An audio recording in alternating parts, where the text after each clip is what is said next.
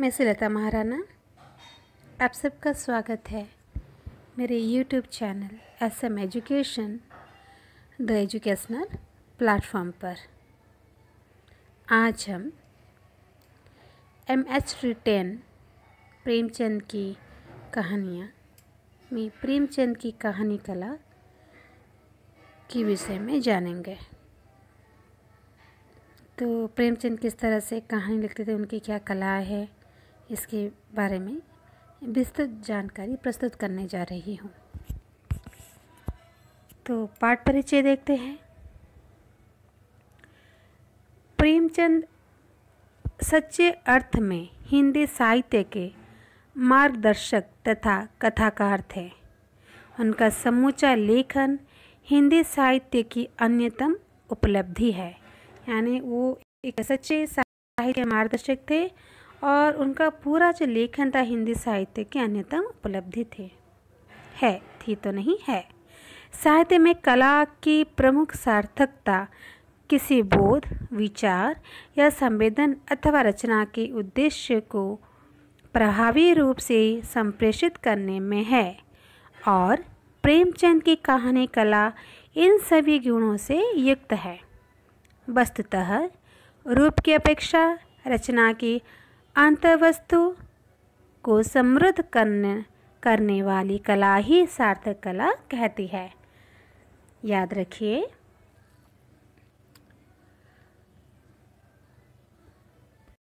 वस्तुतः रूप की अपेक्षा रचना की अंतर्वस्तु, यानी आप रूप पर मत जाइए, रचना की अंतर्वस्तु, रचना के अंदर जो वस्तुत्व है, जो वस्तु है, उसको समृद्ध करने वाली जो कला है उसी को ही सार्थक कला कहते हैं।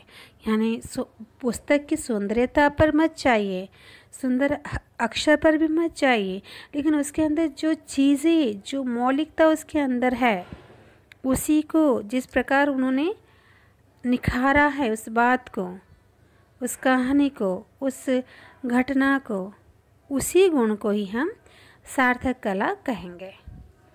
प्रेमचंद की कहानियाँ यद्यपि कला के सभी गुणों से युक्त है, तथापि वे साहित्य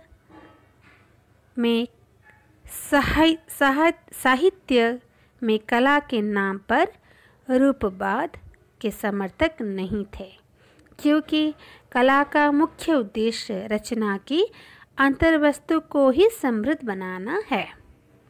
इस अध्याय के अंतर्गत कहानी शब्द का आशय तथा उससे जुड़े हुए इसके ऐतिहासिक विकास क्रम की संक्षेप में चर्चा, कहानी के मूल तत्व तथा भाषा शिल्प के आधार पर कहानी का अवलोकन करते हुए इसके परंपरागत रूप के साथ इसे आधुनिक कहानी से अलगाने वाला तत्व की चर्चा तथा कला का आशय स्पष्ट करते हुए इसके प्रयोजन पर भी प्रकाश डाला गया है। भारतीय आख्यान परंपरा। कहानी के स्वरूप को जानने तथा समझने से पूर्व उसके मूल रूप कथा को जानना आवश्यक है। कथा और आख्यान कहानी के लिए ही प्रयुक्त किए जाने वाला शब्द है, जो कि व्युत्पत्ति की दृष्टि से मूल स्वरूप में एक ही मायने है। कहानी के लिए 7वीं शताब्दी में कथा और आख्यायिका शब्द का भी प्रयोग किया गया है, जो कि अर्थ निरूपण में आए परिवर्तन को दर्शाता है। कथा और आख्यान अर्थ की दृष्टि से पर्यायवाची माने गए हैं, जहाँ व्युत्पत्ति की दृष्टि से कथा शब्द कथ धातु से निर्मित हुआ है, जिसका अर्थ है कथन का वर्णन करना। वही आख्यान के मूल ख्या धातु है, जिसका अर्थ है विवरण या व्याख्या करना या कहना, वर्णन करना या अति प्रसिद्ध। कथा की मूल प्रकृति और पहचान इसके 3 प्रमुख तत्व घटना, समय अनुक्रम और दिक् यानी स्पेस पर निर्भर करती है। घटना अर्थात जो घटित होता है, घट से घटित शब्द की व्युत्पत्ति हुई है, जिससे निर्मित, आकस्मिक, संयोग और अप्रत्याशित होने के तत्व विद्यमान हैं। भूकंप, युद्ध, वायुयान, दुर्घटना, अचानक किसी को कुछ प्राप्त हो जाना आदि सुखद या दुखद घटनाओं के उदाहरण हैं जो मनुष्य जीवन में घटित रहती है। फिर भी जीवन में घटनाओं के स्थान पर कार्य व्यापारों की प्रमुखता रहती है, क्योंकि कार्य व्यापार सहज और जीने मरने के लिए अनिवार्य होता है, और यही कर्म व्यवस्था ही जिंदगी कहलाती है, जिसमें घटना एक प्रकार के तूफान के सामने होती है जो व्यक्ति की समुद्र यात्रा रूपी जीवन में आती है। कथा के लिए घटनाओं का कौतूहलपूर्ण, आकस्मिक, अप्रत्याशित एवं नवीन होना आवश्यक है, ताकि कथा सुनने वाले और सुनने वाले की उपस्थिति में श्रोता की आंखें में फिर क्या हुआ का भाव बना रहे। कथा के मौखिक रूप की प्राचीनता के संदर्भ में नृत्य शास्त्रियों को पुराना पाषाण युग के आदिम मानव की खोपड़ियों से कहानी कहने सुनने के प्रमाण प्राप्त हुए हैं, जहां दिन भर शिकार करने के बाद रात को पशुओं से बचाव हेतु चारों तरफ आग जलाकर समूह में बैठकर दिन भर के शिकार के अनुभव को सुनने को रूप में कथा की उत्पत्ति मानी गई है। धीरे धीरे इन अनुभवों में कल्पना का मिश्रण होने तथा बाद में मात्र शिशुओं के मनोरंजन हेतु किसी बूढ़े या आदि मानव द्वारा नई कहानी कथा गढ़ने की प्रवृत्ति से कथा कहने की कला का विकास होता गया होगा। यह मात्र अनुमान पर ही आधारित है कि इन परिस्थितियों में कथा का जन्म हुआ होगा। अनुमान के आधार पर कथा पहले मनोरंजन का कार्य करती थी, किंतु धीरे धीरे इसका प्रयोग उपदेश देने तथा मूल्यों की अभिव्यक्ति के लिए किया जाने लगा। पंडित विष्णु शर्मा द्वारा रचित पंचतंत्र इसका मुख्य उदाहरण है, जिसकी रचना एक राजा के जड़ बुद्धि, अविनीति और मूर्ख राजकुमारों को राजनीति तथा व्यवहार नीति की शिक्षा देने के लिए हुई। यह कथाओं का संकलन है जो 5 प्रकरणों से विभक्त है तथा इसकी विशेषता यह है कि इसमें पशु पक्षियों की कथाएं हैं, जहां वे मनुष्य की भाषा बोलते हुए उन्हीं की तरह आचरण करते हैं। पंचतंत्र का कौतूहल तत्व ही उसकी कथा को आगे बढ़ाता है, जिसमें प्रयोजन ही प्रधान है। पंचतंत्र की कथाओं के मुख्य कथक विष्णु शर्मा और श्रोता राजकुमार है, जिसकी कथा 6 महीने बीतते बीतते सब समाप्त हो जाती है और राजनीति के उपदेश राजकुमारों के मन पर अंकित है। इस प्रकार कथाओं की तथा कथाकार का ज्ञान भी कथा के परिवर्तित विकास में महत्वपूर्ण योगदान देता है। आख्यायिक और कथा। आख्यान का शाब्दिक अर्थ है कथन, निवेदन, कथा, कहानी, प्रतिवचन या उत्तर। आख्यान वैदिक सुपर्ण और मैत्रावरुण से संबंध कथा का ही नामांतर है, जिससे महाभारत आदि इतिहास ग्रंथ में आख्यान काव्य के रूप में मान्यता प्राप्त है। कथा और आख्यायिक को गद्य काव्य का भेद मानते हुए भी इन्हें आख्यान जाति का ही माना गया है, क्योंकि दंडी के समय आख्यान जातिवाचक शब्द तथा महाभारत व रामायण में अनेक आख्यानों व उपाख्यानों का संकलन होने के कारण इनको आख्यान की श्रेणी में माना गया है। इसलिए पंचतंत्र, हितोपदेश, कथा, सरित सागर आदि भी उपाख्यान ही माने जाते हैं। कथा और आख्यान अपने मूल स्वरूप में एक दूसरे से अत्यंत गहरे रूप से संबंधित है। कथा और आख्यान अपने मूल अर्थ के एक दूसरे से अभिन्न है। आख्यान शब्द का मूल अर्थ होता है कथा, निवेदन, कथा, कहानी, प्रतिवचन या उत्तर देना या कहानी। इसलिए यह आख्यान वैदिक सुपर्ण और मैत्रवरुण आदि से संबद्ध कथा का ही नामांतर है, जो प्राचीन परंपरा से महाभारत आदि इतिहास ग्रंथों में भी काव्य के रूप में सर्वमान्य है। इसके उपरांत काव्यशास्त्र आदि में भामह जैसे विद्वानों ने कुछ भेदक तथ्य का उल्लेख करते हुए गद्य काव्य के दो मुख्य भेद निश्चित किए हैं, जो कि कथा और आख्यायिका के रूप में प्रचलित है। वस्तुतः ये सब एक ही समूह तथा जाति के हैं और इनका नाम है आख्यान। दंडी के समय में भी आख्यान एक जातिवाचक शब्द था, जिसको अनेक आख्यानों और उपाख्यानों का प्रमुख संकलन होने के कारण ही रामायण महाभारत को भी आख्यान की संज्ञा मिली तथा इसके पश्चात रचित पंचतंत्र, हितोपदेश, कथा, सरित सागर आदि भी उपाख्यानों की श्रेणी में रह गए हैं। आख्यायिका बनाम कहानी। आदिकाल से ही कथा के रूप में कहानी कहने की परंपरा चली आ रही है। तब इसका लक्ष्य केवल मनोरंजन करना या नीति उपदेश की शिक्षा देना था, किंतु एक विधा के रूप में इसका प्रचलन 20वीं शताब्दी में हुआ। प्रारंभिक कहानियों में मनुष्य की आदिम प्रवृत्तियों को आधार बनाकर देवी घटना के संयोग को योग से कथानक बुने जाते, जो कौतूहल उत्पन्न करने में तो सक्षम थे, किंतु यथार्थ से दूरी के कारण लोक मन पर ठोस व स्थायी प्रभाव छोड़ने में असमर्थ थे।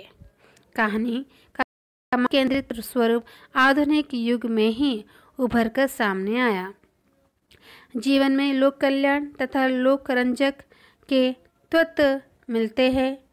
हिंदी में कहानी कला का विकास पश्चात प्रभाव से ही हुआ, क्योंकि संस्कृत में भी कहानी के रूप में कोई स्पष्ट विधा नहीं थी। फिर भी कथा और आख्यायिका शब्द संस्कृत में प्राप्त होते हैं। प्राचीन कला से लेकर 19वीं शताब्दी के लगभग तीसरे चरण तक प्रबंध, काव्य और नाटक में गौण तत्व के रूप में कथा का प्रयोग होता रहा। गद्य में कथा की परंपरा का विष्णु शर्मकृत पंचतंत्र के प्रारंभ हुई। बाणभट्ट ने कादंबरी और हर्षचरित के रूप में गद्य कथा को काव्य के पद पर प्रतिष्ठित किया। सुबंधु और दंडी ने भी इस परंपरा को आगे बढ़ाया। 19वीं शताब्दी में मुद्रण यंत्र के प्रवेश के बाद भारत में कथा न केवल बाल बुद्धि के मनोविनोद के लिए पुस्तक का रूप ग्रहण करने लगी, अपितु लेखक के विचारों, भावों और नैतिक बोधों की अभिव्यक्ति का साधन भी बनने लगी। हिंदी में कथा के इन्हीं रूपों में उपन्यास और कहानी विधाएं विकसित हुई। आधुनिक युग में किशोरी लाल गोस्वामी ने अपनी इंदुमती कहानी को आख्यायिक कहकर ही प्रकाशन हेतु भेजा था। इस कहानी को हिंदी की पहली कहानी होने का गौरव प्राप्त है। यह अपने इसी रूप में सरस्वती में प्रकाशित हुई थी। महावीर प्रसाद द्विवेदी ने सरस्वती में आख्यायिका नाम स्तंभ आरंभ किया था, जिसमें कहानी कहकर संबोधित करते हैं। वर्तमान में हिंदी कहानी स्वरूप में भारतीय होकर भी अंग्रेजी की शॉर्ट स्टोरी के शिल्प से ज़्यादा प्रभावित है। आधुनिक कहानी देखते हैं। प्राचीन काल से लेकर 19वीं शताब्दी के लगभग तीसरे चरण तक प्रबंध, काव्य और नाटक के गौण तत्व के रूप में कथा आता रहा। गद्य में कथा की परंपरा विष्णु शर्मा कृत पंचतंत्र से प्रारंभ हुई। बाणभट्ट ने कादंबरी और हर्षचरित्र के रूप में गद्य कथा को काव्य के पद पर प्रतिष्ठित किया। सुबंधु और दंडी ने भी इस परंपरा को आगे बढ़ाया। 19वीं शताब्दी में मुद्रण यंत्र के प्रवेश के बाद भारत में कथा न केवल बाल बुद्धि के मनोविनोद के लिए पुस्तक का रूप ग्रहण करने लगी, अपितु लेखक ने विचारों, भावों और नैतिक बोध की अभिव्यक्ति का साधन भी बनाने लगे। हिंदी के कथा के इन्हीं रूपों के उपन्यास और कहानी विधाएं विकसित हुई। अंग्रेज आलोचकों ने शॉर्ट स्टोरी की पहचान ऐसे संक्षिप्त गद्य कथा के रूप में की है जो नॉवेल, एपिक और रोमांस जैसे बृहदाकार, व्यापक फलक वाले कथा रूप में भिन्न होती हैं। तथा इसका उद्देश्य किसी एक प्रभाव की सृष्टि करना होता है, जो किसी एक सार्थक प्रसंग या दृश्य से तो कभी एक पात्र के माध्यम से बिजली का चमक की तरह उद्भासित होता है। शॉर्ट स्टोरी में मित प्रसारी दृश्य रचना और संक्षिप्त वर्णन होता है तथा चरित्र का कार्य व्यापार का पूर्ण विकास नहीं दिखाया जाता, जबकि कहानी किसी काल बिंदु में सिमटी किसी मानवीय कार्य व्यापार का प्रसंग को उजागर करते हैं।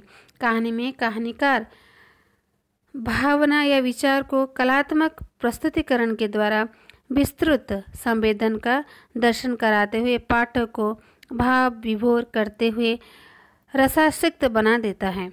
छोटी कहानी के विकास में यूरोप के प्रमुख देश फ्रांस तथा संयुक्त राज्य के रचनाकारों का अत्यंत महत्वपूर्ण योगदान है। छोटी कहानी को 19वीं शताब्दी में फ्रांस में लोकप्रिय बनाने का श्रेय प्रमुख फ्रांसीस रचनाकारों बाल्ज़ाक, अलेक्सांद्र ड्यूम, प्रोफेसर मेरेमी लावेरा, मोपासा तथा एमिल जोल है।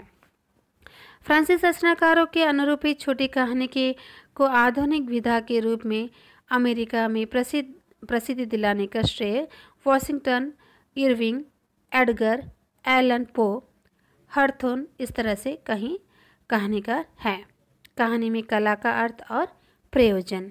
साहित्य स्वयं ही एक कला है और जैसे कि साहित्य की सभी कलाओं के बारे में यह धारणा बनी हुई है कि वह अपने आप आसपास की दुनिया से मनुष्य का संतुलन स्थापित करने का साधन है।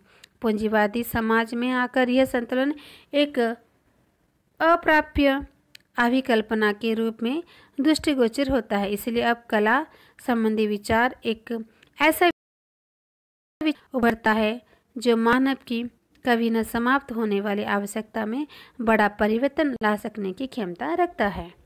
कला के अंतर्गत यथार्थ द्वारा निर्मित समस्त तथा बंधनों से मुक्ति हो जाती है, जिसके कारण एक प्रकार का अस्थायी विमोह भी उत्पन्न होता है, जिसे प्राय कला का तत्कालिक प्रभाव भी माना जा सकता है।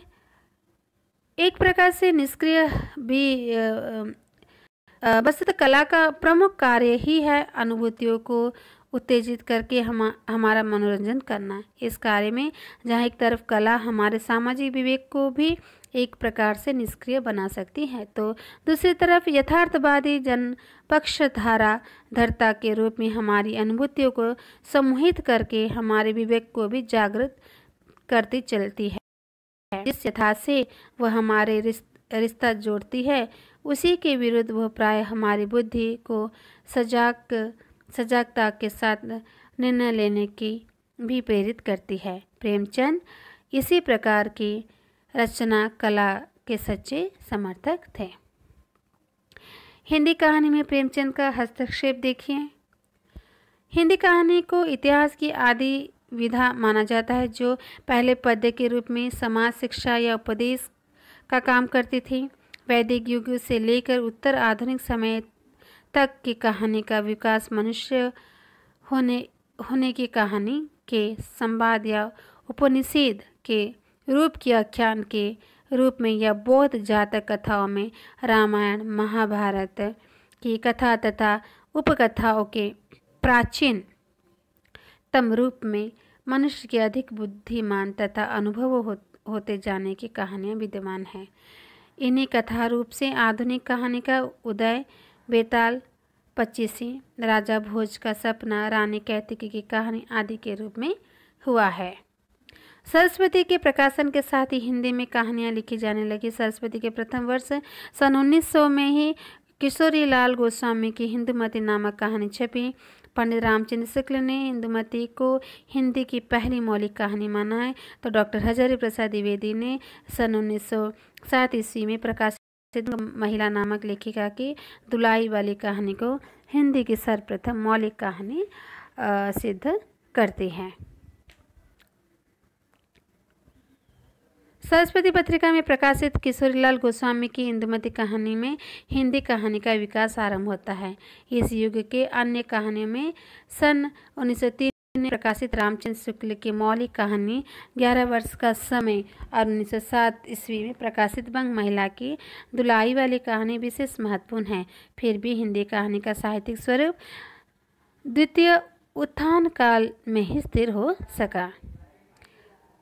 सन 1911 में जयशंकर प्रसाद ने इंदु नामक मासिक पत्रिका का प्रकाशन प्रारंभ किया और उसमें अपनी सर्वप्रथम कहानी ग्राम सन 1911 में प्रकाशित की। प्रसाद जी की कहानियाँ पूर्ण साहित्यिक कहानियाँ हैं। प्रसाद युग में अनेक कहानीकार हुए। इनमें से कुछ ये है: विशंभर नाथ शर्मा कौशिक, चंद्रधर शर्मा गुलेरे, ज्वालादत्त शर्मा, प्रेमचंद, राजा राधिका रमन सिंह आदि। मुंशी प्रेमचंद की सर्वप्रथम कहानी पंच परमेश्वर 1916 ईस्वी में छपी। इस प्रकार द्वितीय उत्थान काल में हिंदी कहानी अपनी साहित्यिक रूप में प्रतिष्ठित हुई। प्रेमचंद पूर्व हिंदी कहानियों की प्रवृत्तियों में आदर्शात्मक रोमान के साथ उपदेशात्मक प्रवृत्ति का समापन द्रष्टव्य होता है। प्रेमचंद पूर्व कहानियों में विषय के स्तर पर तो बहुरूपता मिलती है, किंतु उनमें सूक्ष्म मानवीय भावों की पकड़ या पर्यवेक्षण नहीं मिलता, जो कि आगे चलकर प्रेमचंद प्रसाद दूरदर्शन ने विकसित किया। इस युग की कहानियों में इतिहास, मिथक, चमत्कार, अंधविश्वास, जादू,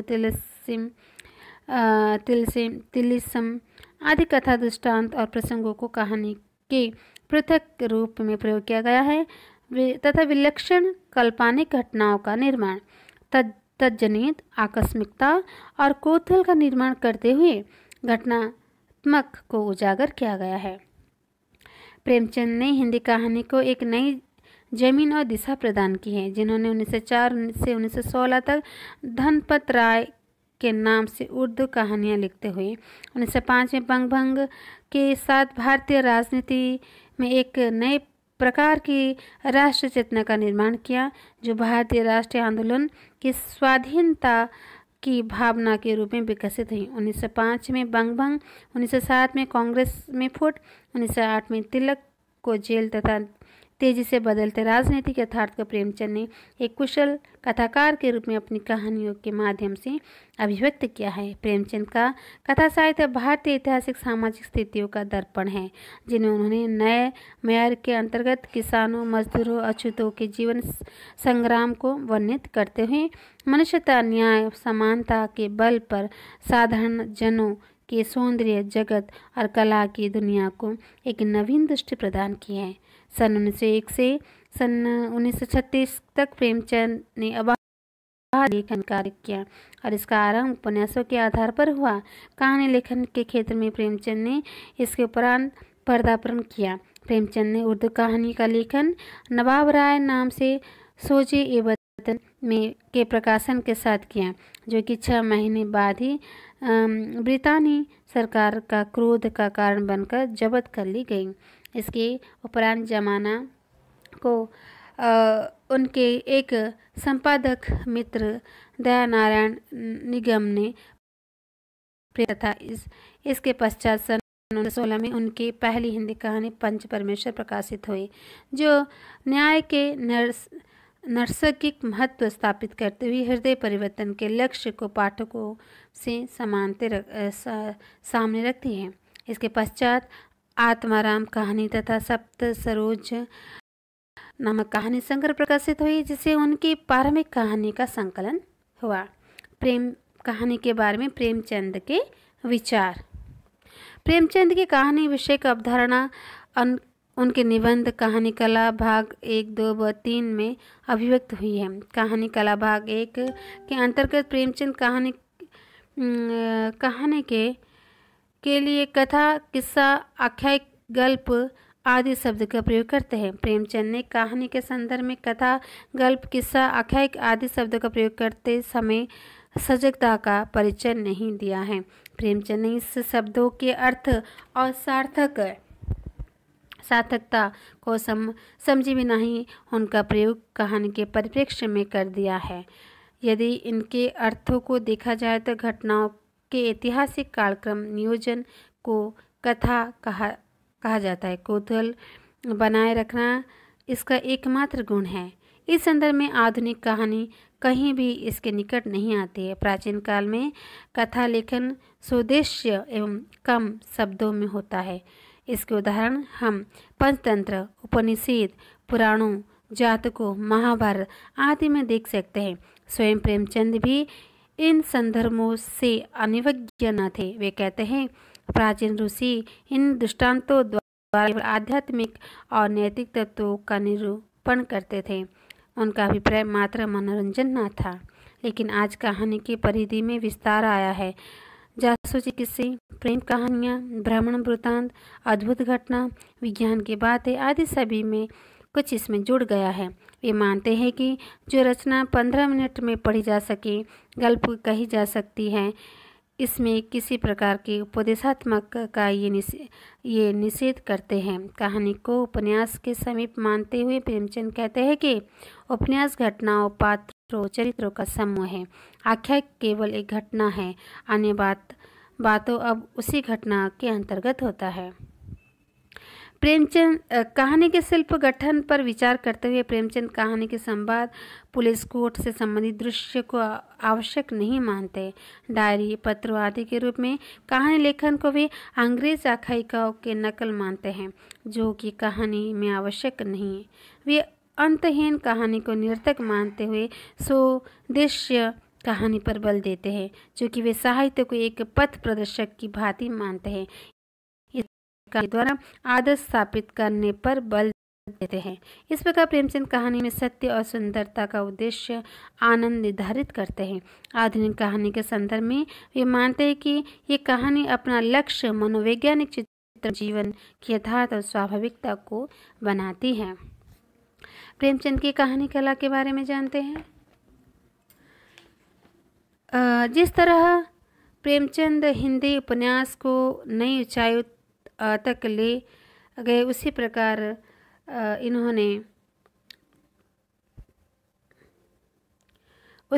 इन्होंने हिंदी कहानी को भी एक नई पहचान दी। माना जाता है कि 300 रुपये से ऊपर प्रकाशित कहानी है। जिस प्रकार प्रेमचंद ने उपन्यास लेखन पहले उर्दू में प्रारंभ किया था, उसी प्रकार कहानी लेखन भी उन्होंने उर्दू में ही आरंभ किया था। तो इसमें बहुत सारे चीज़ें हैं जी, उनके क्या क्या किस प्रकार के कलाओं का उन्होंने प्रयोग किया था और उसमें क्या सब चीज़ें थी। तो उनकी जिस प्रकार प्रेमचंद उपन्यास लेखन पहले उर्दू से प्रारंभ किया था, उसी प्रकार कहानी लेखन भी उन्होंने उर्दू में ही आरंभ किया था। 1908 से लेकर 1918 के बीच उनके उर्दू में लिखे 3 कहानी संग्रह प्रकाशित हुई। सोजे वतन, प्रेम पचीसी भाग 1 और प्रेम पचीसी भाग 2। सोजे वतन कहानी संग्रह देश प्रेम की भावना से ओतप्रोत कहानी संग्रह था, जिसके चलते उन्होंने बहुत मुश्किल का भी सामना करना पड़ा। अंततः इस कहानी संग्रह की अंग्रेज सरकार द्वारा जब्त कर लिया था। सोजे वतन अंग्रेज सरकार द्वारा जब्त कर लिया गया था। अन्य कहानी में जैसे रानी सारंद्रा, अल्लाह, राजहट्ट और बांका जमींदार, विक्रमादित्य का तेगा आदि कहानियों में भारत के पहले के आत्म बलिदान, वीरता, त्याग, सत्यनिष्ठा आदि का बखान किया गया है। पकरान से ये कहानी भी देश प्रेम का ही गुणगान करते हुए भारत को, जनता को उनके जैसा बनने को प्रेरणा देती है। इन संग्रहों की अन्य कहानियों में इन्होंने मध्यवर्गीय समाज से जुड़ी समस्याओं एवं संस्कृति को अपनी कहानी का विषय बना है।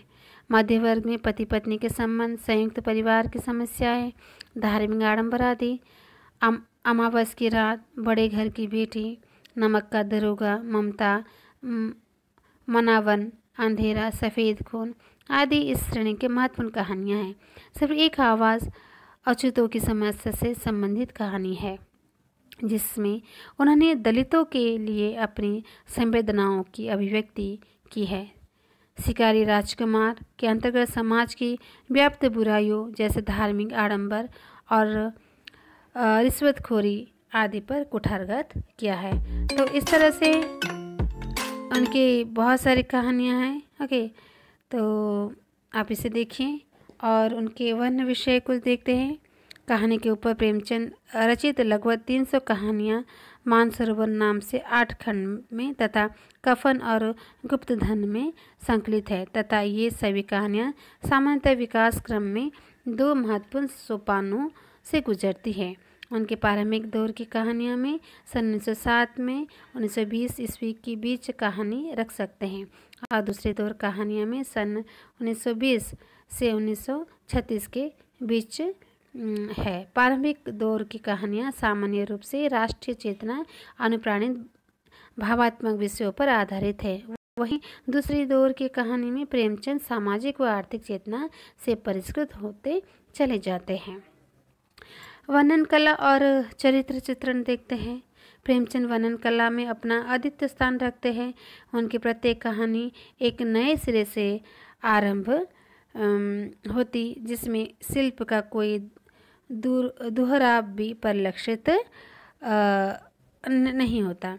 गुली डंडा कहानी का प्रारंभ एक निबंध के रूप में होता है, जबकि मुक्ति मार्ग की शुरुआत ही व्यंग्यपूर्ण वाक्यों से ही होती है, जिसमें विद्यमान ग्रामीण ठेठपन प्रेमचंद की कहानी में एक प्रकार का कथा रस उत्पन्न करता है तथा उसकी किस्सा गोई शैली का रस कहानियों को पठनीय बनाने के साथ साथ अपनी कथा परंपरा का भी स्मरण करा देता है। सवा सेर गेहूँ कहानी का यह प्रथम वाक्य ही दादी नानी के किस्से कहानियों का स्मरण करा देता है। यह प्रेमचंद की वर्णन कला है जो अत्यंत महत्वपूर्ण विशेषता है कि वे किसी चीज़ का भी वर्णन करते समय पाठक को अत्यंत सहजता के साथ उसकी चीज़ की आत्मा में उतार देता है।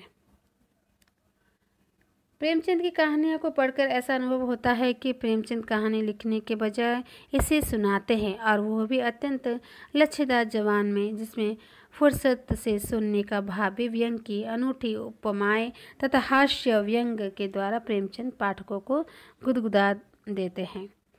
प्रेमचंद की यही शैली उत्तरोत्तर में विकसित होती हुई ठोस तथा यथार्थवाद रूप में प्रकट होती है तथा कफन, पूस की रात, असद गति जैसी कहानियाँ में विद्यमान प्रेमचंद का शिल्प गठन अधिक ठोस तथा विचारोन्मुखी के धरातल पर प्रकट होता है, जो कि प्रेमचंद के लेखन को निरंतर विकसित करते हुए विशिष्ट भी बनाती हैं। भाषा शिल्प और सौंदर्य चेतना। सरलता प्रेमचंद की रचना शिल्प में अत्यंत महत्वपूर्ण विशेषता है। प्रेमचंद की भाषा में जो व्यंजकता, प्रभावमयता तथा पारदर्शिता के तत्व विद्यमान है, वे ही उनकी भाषा में सरलता के साथ ही रोचक के गुणों को भी निर्मित करता है। प्रेमचंद की भाषा में विद्यमान यह सरलता, सहजता उनके जीवन अनुभवों की को गहराई से निर्मित हुई है, जो यथार्थ जीवन के साथ मिश्रित होकर भाषा में शिल्प को मनोरंजक तथा सरस बना देते हैं। प्रेमचंद के कथा शिल्प पर विचार करते तो उनका यह शिल्प विविधता से परिपूर्ण है, जिसमें कहानी कहने की किस्सा गोई शैली, निबंध शैली, एकता तथा संवाद शैली के साथ ही क्रियात्मक की विभिन्न प्रविधियाँ शामिल हैं। इस प्रविधियों में किसी एक का चयन प्रेमचंद विषय वस्तु तथा उद्देश्य के आधार पर करते हैं। प्रेमचंद का समस्त अनुभव संसार लगातार विकसित परिवर्तित होकर आगे बढ़ता रहता है, इसलिए उनकी कोई पूर्वक धारणा न नए अनुभव से संपृक्त होकर एक नया रूप धारण करते हैं, उसे अगली रचना में एक नए अनुभव को उजागर करते हैं। पंच परमेश्वर कहानी की रचना के समय प्रेमचंद की पंच तथा उनके निर्णय आस्था थी, जो बाद के अनुभवों कारण इस आस्था का खंडन हो जाता है और मृतक भोज कहानी तक आते आते प्रेमचंद की पंच के प्रति आस्था की भावना परिवर्तित हो जाती है। सौंदर्य चेतना के संदर्भ में प्रेमचंद की विशेषता इस है कि उन्होंने कला के लिए नए सौंदर्य बोध को प्रस्तावित करते हुए सुंदरता की प्रचलित कसौटी में परिवर्तन लाने का उद्देश्य रचनाकारों के समक्ष रखा है, जिसके अंतर्गत उनका मानना था कि कला को सामंती विलासिता की कसौटी से बाहर निकालकर गांव की गरीबी बसियतों झोपड़ी तक ले जाना चाहिए। इस तरह से उनका जो था गरीबों के लिए, नारियों के लिए और दलितों के लिए उनकी कहानी में बहुत प्रेरणा और आत्मीयता थी। प्रेमचंद की कलात्मक उपलब्धियाँ।